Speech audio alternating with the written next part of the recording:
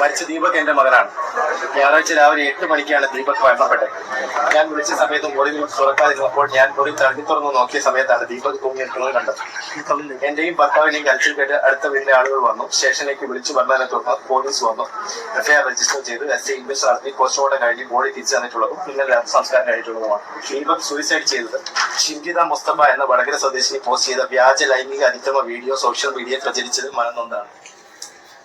ഈ പറയുന്ന സോഷ്യൽ മീഡിയയിലെ കുറെ സംഗിണികളൊക്കെ എന്ത് തേങ്ങ പറഞ്ഞാലും ഒരു ചെറിയ കുഞ്ഞു കുടുംബത്തിന്റെ അച്ഛനമ്മയും പിന്നെ ഇവൻ മാത്രമേ ഉള്ളൂ. ആ ഒരു കുടുംബത്തിന്റെ ഏക അത്താണി നഷ്ടപ്പെട്ടിരിക്കുകയാണ്. ഇവിടെ പല ആൾക്കാരും പറയുന്നത് ഇതിൽ പല വിധത്തിലുള്ള ഡൗട്ടുകളാണ് പല ആൾക്കാരുള്ളത്. ചില ആളുകളൊക്കെ പറയുന്നത് ഇതവൻ മനഃപൂർവ്വം ചെയ്തിട്ടുണ്ട്, ചില ആളുകളൊക്കെ പറയുന്നത് ചെയ്തിട്ടില്ല എന്നീ പറയുന്ന പലവിധ വർത്തമാനങ്ങൾ. പക്ഷെ ഇതിനൊക്കെ ഒരു ഉത്തരം തരാനുള്ള മനുഷ്യൻ നമ്മുടെ ഭൂമിയിൽ ഇപ്പൊ ജീവിച്ചിരിപ്പില്ല. എൻ്റെ ഒക്കെ ഉള്ള ഒരു ചെറിയ കുഞ്ഞു ഭയം പറഞ്ഞിരിക്കാം. കഴിഞ്ഞ ദിവസം ഒരാവശ്യത്തിന് തൃശ്ശൂർ പോയി തിരികെ വരുമ്പോൾ എൻ്റെ അടുത്ത് കോളേജിൽ പഠിക്കുന്ന ഒരു പെൺകുട്ടി വന്നിരുന്നു. കോളേജിൽ പഠിക്കുന്ന പെൺകുട്ടി വന്നു നിന്നപ്പോൾ അവരെ മറ്റു കൂട്ടുകാരികളുണ്ട്. ആ പെൺകുട്ടിയുടെ മടിയിൽ വേറെ പെൺകുട്ടി കൂടി കയറിയിരുന്നു. സത്യം പറയാലോ, ഞാൻ എനിക്കിടയിൽ ഒരു വലിയ ഗ്യാപ്പ് ഉണ്ടാക്കിയിട്ടാണ് ഇരുന്നത്. ഇവർ ഏത് ആംഗിളിലാണ് എന്ത് വീഡിയോ എടുത്തിട്ടാണ് പ്രചരിപ്പിക്കുക എന്ന് ഒരു പിടുത്തം ഉണ്ടാവില്ല. ഇങ്ങനത്തെ ഒരുപക്ഷെ ആണുങ്ങൾക്ക് യാതൊരു തരത്തിലും സ്വാതന്ത്ര്യമില്ലാത്ത, അല്ലെങ്കിൽ ആണുങ്ങളുടെ പക്ഷത്ത് ഒരാൾ പോലും നിൽക്കാൻ സാധ്യതയില്ലാത്ത ഒരു ഇടത്തിലേക്കാണ് നമ്മൾ പോയി പോകുന്നത്. നോക്കൂ, ആൾക്കൂട്ടങ്ങൾ ഉണ്ടാവുക, ആളുകൾ കൂടി നിൽക്കുക, ആണും പെണ്ണും ഇങ്ങനത്തെ ഒരു മനസ്ഥിതി ഇല്ലാതെ ഈ ആണുങ്ങളെല്ലാം വരുന്നത് തോണ്ടാനാണ്, ആണുങ്ങളെല്ലാം വരുന്നത് ബ്രസ്റ്റ് പിടിക്കാനാണ്, ആണുങ്ങളെല്ലാം വരുന്നത് ബട്ടക്സ് പിടിക്കാനാണെന്ന് പറയുന്ന തോന്നലുകളൊന്നുമില്ലാതെ, ആണുങ്ങളെല്ലാം നോക്കുന്നത് എൻ്റെ മാറിടത്തേക്കിലാണ് എന്നീ പറയുന്ന തോന്നലുകളൊന്നുമില്ലാതെ നമ്മൾ കൂടിയിരുന്ന ഒരു ജനതയാണ്. പൂരപ്പറമ്പുകൾ, ഉത്സവപ്പറമ്പുകളിൽ, കല്യാണ വീടുകളിൽ, ഗാനമേളകളുടെ ഇടയിലൊക്കെ നമ്മൾ ഇത്തരം ചിന്തകളൊന്നുമില്ലാതെ തുള്ളുകയും ആടുകയൊക്കെ ചെയ്തിരുന്നു എന്നുള്ളതാണ്. ഒരുപക്ഷെ നമ്മൾ അങ്ങനെ തുള്ളുന്നതിനിടയ്ക്ക് നമ്മൾ ആണുങ്ങൾ മാത്രം നിൽക്കുന്ന സ്ഥലത്താണോ പെണ്ണുങ്ങൾ നിൽക്കുന്ന സ്ഥലത്താണോ എന്ന് പോലും നോക്കാതെ നമ്മൾ ആടുകൾ തുള്ളുകയും അതിൻ്റെ ഇടയ്ക്ക് തട്ടുകയും മുട്ടുകയും ഒക്കെ ചെയ്തിട്ടുണ്ടായിരിക്കാം. ഇനി എൻ്റെ പൊന്നു പെണ്ണുങ്ങളോടാണ്, ഓടുന്നൊരു ബസ്സാണ്, ഓടിക്കൊണ്ടിരിക്കുന്ന ഒരു ബസ്സാണ്, അതില് അനങ്ങാതെ നിൽക്കുക എന്ന് പറയുന്ന ശാസ്ത്രീയമായിട്ടുള്ള അറിവുകളൊന്നും ഒരാണിനും ഇതുവരെ ലഭിച്ചിട്ടില്ല. ന്യൂട്ടന്റെ ഒരു ചലന സിദ്ധാന്തമൊക്കെ ഉണ്ട്. ഞാൻ ഇപ്പൊ സയൻസ് പഠിപ്പിക്കുകയല്ല, എങ്കിലും ആ ചലന സിദ്ധാന്തത്തില് ഈ ഒരു ഓടിക്കൊണ്ടിരിക്കുന്ന ബസ്സിൽ ഒരാൾ നിൽക്കുമ്പോൾ പെട്ടെന്ന് ബ്രേക്ക് ഇട്ട് കഴിഞ്ഞാൽ ആ നിൽക്കുന്ന ആളുകൾക്ക് എന്തൊക്കെ സംഭവിക്കും എന്ന് പറഞ്ഞ് ഒരുപാട് സംഗതികളുണ്ട്. ഇനി അതൊന്നും വേണ്ടെന്നേ, നിങ്ങൾ ആ പെൺകുട്ടിയിട്ട വീഡിയോ നിങ്ങളുടെ കയ്യിലുണ്ടെങ്കിൽ സൂക്ഷ്മമായി നോക്കുക. രണ്ടാമതായിട്ട് ഇവർ നമുക്ക് കാണിച്ചു തരുന്ന ഒരു വീഡിയോ ഇല്ലേ, അത് സ്ലോ മോഷനാണ്. എന്ന് വെച്ച് കഴിഞ്ഞാൽ അവന്റെ ഈ മുട്ടുകൊണ്ട് അവരുടെ ബ്രസ്റ്റിലേക്ക് തട്ടി എന്ന് പറയപ്പെടുന്ന ആ ഒരു ഭാഗമില്ലേ, അത് സ്ലോ മോഷനാണ്.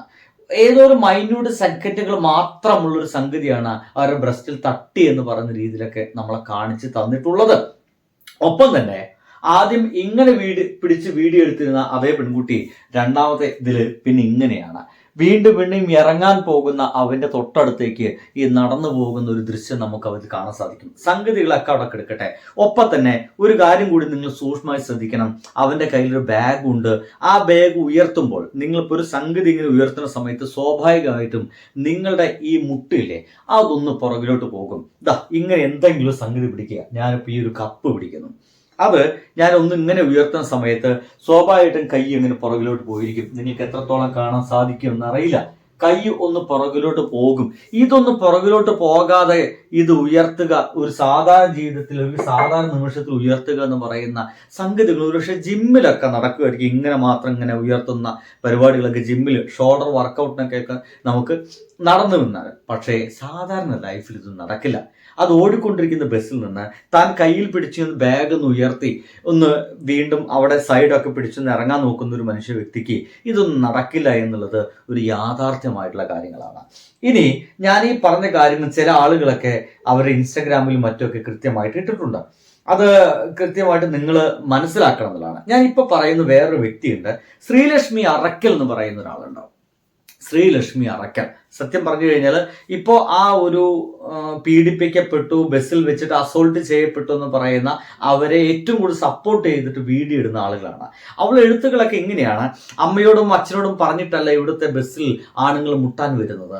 മിക്ക അമ്മയ്ക്കും അച്ഛനും അവരുടെ മക്കൾ തെറ്റ് ചെയ്യാത്ത നല്ലവരായിരിക്കും. അതുകൊണ്ട് ആരും അവരുടെ വീഡിയോ ഒന്നും എൻ്റെ ഇൻബോക്സിൽ കൊണ്ടിടേണ്ട. പെണ്ണുങ്ങളെ കയറി പിടിക്കുന്നവന്മാർ കുടുംബം നോക്കുന്നവരും നാട്ടുകാരുടെ മുമ്പിൽ സൽപുത്രവരും ആയിരിക്കും. കുട്ടികൾ ഉപദ്രവിക്കുന്ന ആൾക്കാരൊക്കെ എടുത്തു നോക്കിയാൽ കുടുംബത്തിലെ സമൂഹത്തിൽ മാന്യന്മാരായിരിക്കും എന്ന് പറഞ്ഞുകൊണ്ട് ഗംഭീര പോസ്റ്റാണ് നമ്മുടെ ശ്രീലക്ഷ്മി അറക്കൽ എന്ന് പറയുന്ന ഈ ഒരു ഫെമിനിസ്റ്റ് ചിന്താഗതിയുള്ള ഈ പെൺകുട്ടിക്ക് ഇങ്ങനെ പോസ്റ്റ് ചെയ്തുകൊണ്ടിരിക്കുന്നത്. ഇതിനെക്കുറിച്ച് പറയാമെന്ന് വിചാരിച്ചിട്ടാണ് ഞാൻ ഇത്രയും തുടക്കം കുറിച്ച് കേട്ടോ. ശ്രീലക്ഷ്മി അറക്കലിനോട് തന്നെയാണ് ചോദിക്കുന്നത്, നിങ്ങളിപ്പോൾ ബസ്സിൽ നിന്ന് ഇറങ്ങുന്ന സമയത്ത് മറ്റുള്ളവരുടെ മുലയിൽ ചെറുതായിട്ടൊന്ന് തട്ടി എന്ന് പറയപ്പെടുന്ന ആ ഒരു മനുഷ്യന്റെ വീഡിയോ ഇട്ട നിങ്ങൾ, അയാൾ ഒരു സെക്ഷൽ പേർവേർട്ടാണ്, ലൈംഗികമായിട്ട് മറ്റുള്ളവരൊക്കെ ഗംഭീരമായിട്ട് ഉപദ്രവിക്കുന്ന ഒരാളാണ് എന്നുള്ള ആരോപണമാണ് ഈ പറയുന്ന പ്രസ്തുത പെൺകുട്ടിയിട്ടുള്ളത് അല്ലെ. വീഡിയോ വഴിയുള്ള ആരോപണമാണ്. അത് തെളിയിക്കപ്പെട്ടിട്ടില്ല.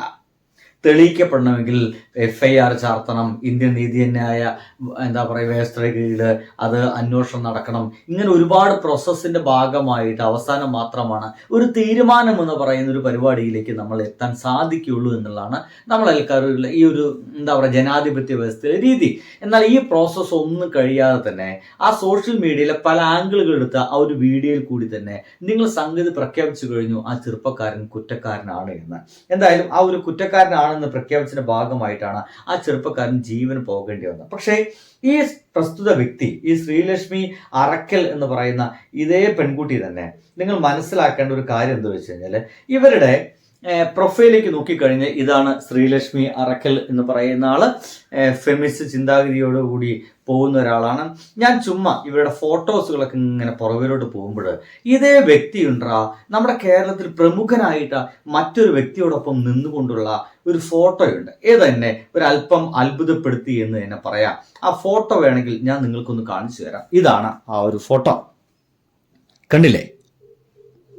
ഇതാരാണ് നിങ്ങളോട് ഞാൻ പ്രത്യേകിച്ച് പറയണോ? ഇത് വേടനാണ്. ഈ വേടനെ ഞാൻ എന്തിനാണ് ഇപ്പോഴിങ്ങനെ നിങ്ങളുടെ മുമ്പിലേക്ക് കൊണ്ടുവരുന്നത്? ഇതേ വേടനും ഇങ്ങനെ തന്നെ ആരോപണം നേരിട്ട വ്യക്തിയാണ്. ഇതേപോലെ സ്ത്രീകളെ പീഡിപ്പിച്ചു, അതിഭീകരമായിട്ട് ലൈംഗികമായിട്ട് പീഡിപ്പിച്ചു. ഒരു പക്ഷേ ഈ വീഡിയോയിൽ ഇപ്പോൾ ആത്മഹത്യ ചെയ്ത ദീപക് എന്ന് പറയുന്ന ചെറുപ്പക്കാരൻ ചെയ്തതിനേക്കാൾ ഭീകരമായ രീതിയിലെല്ലാം പ്രവർത്തികൾ ചെയ്തിട്ടുണ്ട് എന്ന് ആരോപിക്കപ്പെട്ട മനുഷ്യനാണ് ഈ ശ്രീലക്ഷ്മി അറക്കലിന്. അങ്ങനെ ആരോപിക്കപ്പെട്ട വ്യക്തി ശ്രീലക്ഷ്മി അറക്കലിന്റെ സുഹൃത്തായതുകൊണ്ട് അവനൊക്കെ സപ്പോർട്ട് ചെയ്യാമെന്നും, അത് വേടനെ പോലുള്ള ആളുകളൊക്കെ സപ്പോർട്ട് ചെയ്യാമെന്നും, ഇങ്ങനെ ആരോപണം നേരിട്ട ഈ ഒരു വ്യക്തി തീർച്ചയായിട്ടും കുറ്റക്കാരനാണ് എന്നും എങ്ങനെയാണ് മനസ്സിലായത്? എങ്ങനെയാണ് രണ്ട് തോണിയിൽ, വ്യത്യസ്തമായ തോണിയിൽ ഒരേ സമയം നിങ്ങൾക്ക് കാലിടാൻ കഴിയുന്നത്?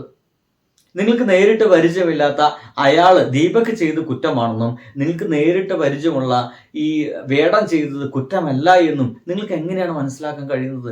വേടൻ തെറ്റ് ചെയ്യില്ല എന്നും അയാൾ തെറ്റ് ചെയ്യുമെന്ന് നിങ്ങൾക്ക് എങ്ങനെ മനസ്സിലായത്? നിങ്ങളെ പോസ്റ്റുകളൊക്കെ കാണുന്ന സമയത്ത് ദീപക് എന്ന് പറയുന്ന വ്യക്തി എത്രയോ കാലമായിട്ട് ഇത്തരം പ്രവർത്തികൾ ചെയ്ത് മുന്നോട്ട് പോയിക്കൊണ്ടിരിക്കുന്ന, ഇത്തരം കുറ്റകൃത്യങ്ങൾ ചെയ്ത് മുന്നോട്ട് പോയിക്കൊണ്ടിരിക്കുന്ന ഒരു വ്യക്തിയാണെന്നൊക്കെ നമുക്ക് തോന്നിപ്പോകുന്നുണ്ട്. എന്തായാലും ശ്രീലക്ഷ്മി അറക്കലും മറ്റൊക്കെ അങ്ങോട്ട് മാറ്റി നിർത്തുകയാണ്. മനസ്സിലാക്കേണ്ട കാര്യം, ഓടിക്കൊണ്ടിരിക്കുന്ന ബസ്സാണ്. ആ ബസ്സിൽ യാത്ര ചെയ്യുമ്പോൾ പല വിധത്തിലുള്ള ഈ മോഷൻസുകളും അവിടെ നടക്കുമെന്നുള്ളതാണ്. ഇനി ഇതോടുകൂടി നമ്മുടെ സമൂഹത്തിൽ നടക്കാൻ പോകുന്ന ഒരു വലിയ പ്രശ്നം പറഞ്ഞു തരട്ടെ. ആൾക്കൂട്ടങ്ങളെ ഈ ആളുകളൊക്കെ ഭയപ്പെടുന്ന ഒരു അവസ്ഥയിലേക്ക് വരും. നമ്മൾ ഇത്തരം ചിന്താഗതികളൊന്നുമില്ലാതെ ആൾക്കൂട്ടങ്ങളിലൂടെ ഇറങ്ങി നടന്നിരുന്ന നമ്മൾ ഇനിയിപ്പോൾ ഇത്തരം ചിന്താഗതികളുമായിട്ട് നടക്കേണ്ടി വരും. എപ്പോഴാണ് നമ്മൾ വീഡിയോ എടുക്കുക, നാളെ ആത്മഹത്യ ചെയ്യണോ വേണ്ടയോ എന്ന് ഇന്ന് തന്നെ തീരുമാനിക്കേണ്ട അവസ്ഥയിലേക്ക് നമ്മൾ എത്തിപ്പെടുമെന്നുള്ളതാണ്. ഒന്ന് ആലോചിച്ച് നോക്കി, അത്രയ്ക്ക് ഭീകരമായിട്ടുള്ള അവസ്ഥയിലൂടെ കൊണ്ടുപോകുന്നുണ്ട് ഇത്തരം വീഡിയോ എടുത്തിട്ട് ഇത്തരം അപവാദ പ്രചാരങ്ങളൊക്കെ പ്രചരിപ്പിക്കുന്ന ആളുകൾ. ഒപ്പം ശ്രീലക്ഷ്മി അറക്കലിനെ പോലെ ആളുകളൊക്കെ ഈ ഡബിൾ മൈൻഡഡ് ആയിട്ട് നടക്കുന്നതും ഒരല്പം സ്വല്പമൊക്കെ നമ്മളെ അസ്വസ്ഥപ്പെടുത്തുന്നുണ്ട് എന്നർത്ഥം. എന്തായാലും ഞാൻ നിർത്തുന്നു. ബൈ.